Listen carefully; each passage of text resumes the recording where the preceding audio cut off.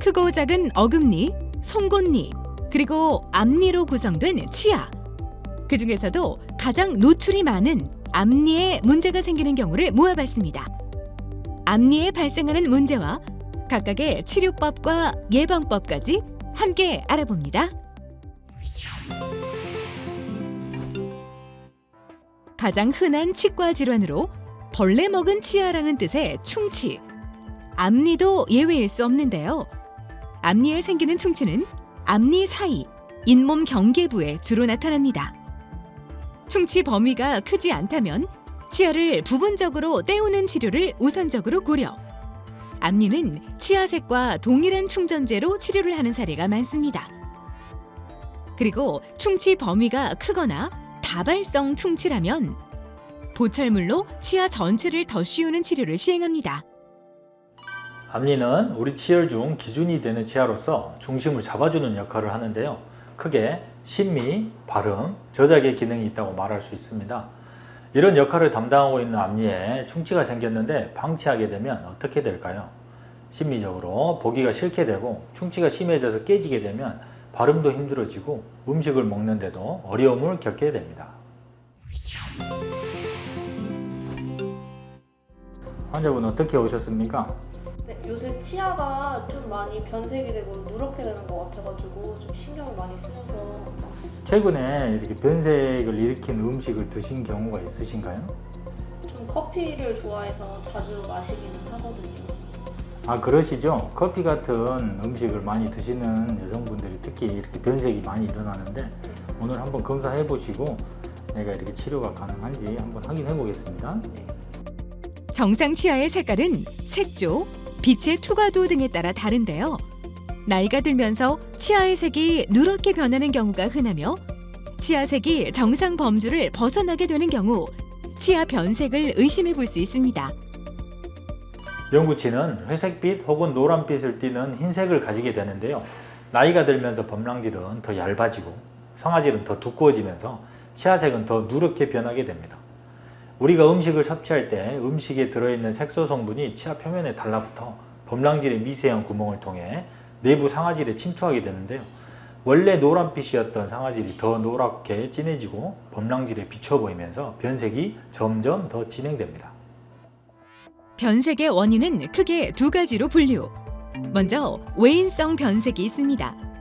세균성 착색, 과도한 흡연, 차와 커피와 같은 음료 섭취, 치은 출혈, 수복 재료 등 구강의 상태, 구강 청결제에 의한 황갈색 변색도 보고된 바 있습니다. 그리고 내인성 변색도 일어나는데요.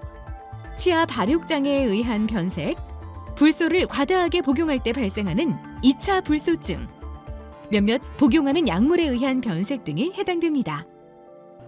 외인성 변색은 치면 연마술이나 치아 미백으로 치료가 가능하고요. 신부 상아질을 광범위하게 이완된 경우가 많아 제거가 어려운 내인성 변색의 경우에는 라미네이트나 올세라믹 크라운 같은 보철 치료로 심미적인 회복을 하는 경우도 있는데요. 무엇보다 치아 변색을 예방하기 위해서는 평소에 변색을 유발하는 요인을 최소화하기 위해 식사 후 되도록 바로 양치하는 것이 좋으며 커피, 콜라, 와인 등의 색소가 함유된 음식의 섭취를 줄이거나 빨대를 사용하는 것도 한 가지 방법이라고 할 수 있습니다.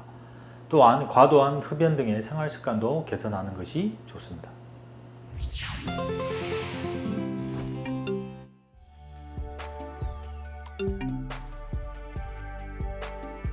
외상뿐 아니라 이갈기, 이악물기 등의 습관이 있는 사람들에게서도 흔하게 발생되는 앞니 파절. 치아 파절의 정도에 따라 치료 방법이 달라집니다. 다행히도 치아의 일부만 파절이 돼서 비교적 용이한 치료가 가능한 경우도 있고요. 광범위한 손상으로 신경치료가 더해지는 사례도 있습니다. 그리고 치근 파절까지 일어나면서 발치 후 관련 치료가 필요한 경우도 있습니다. 우리가 일상생활 중에 앞니가 부딪히거나 깨지는 경험을 한 번쯤은 하게 될 수 있습니다. 이때 약간의 치아 파절만 일어났다면 다행히도 간단한 수복치료나 보철치료로 복구가 가능하지만 치아가 크고 깊게 파절되거나 치근까지 파절된다면 치아를 빼야 하는 상황이 생기게 됩니다. 이럴 때는 불가피하게 치아 임플란트를 고려하거나 인접 치아를 깎아서 연결하는 브릿지라는 치료를 해야만 합니다.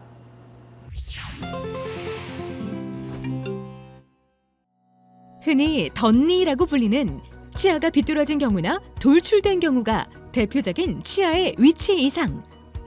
여러 치료를 통해 신미성 개선뿐 아니라 기능 회복도 이루어지는데요. 최근에는 부분 교정이 발달해 앞니만을 타깃으로 하는 치료법도 있습니다. 치아의 위치 이상의 또 다른 사례는 앞니가 벌어진 경우에도 벌어진 부위를 떼워서 채우거나 보철물을 더 씌우는 방법, 교정 등 환자의 상태나 상황에 따라 치료가 결정됩니다. 사실 앞니의 위치 이상은 문제가 발생되기 전 노력이 중요한데요.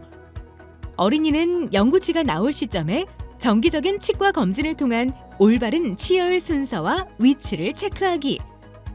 성인은 정기적인 스케일링과 치주 검사를 통해 위치 이상이 생기는 것을 예방하는 게 좋습니다. 오복 중에 하나인 치아, 그 중에 앞니는 밝고 환한 인상을 주는데 아주 중요한 요소입니다. 앞니에 생기는 충치, 변색, 파절, 위치 이상 모두 앞니 컴플렉스를 만드는 요인으로 사회생활을 하는 현대인들에게 하나의 질병입니다.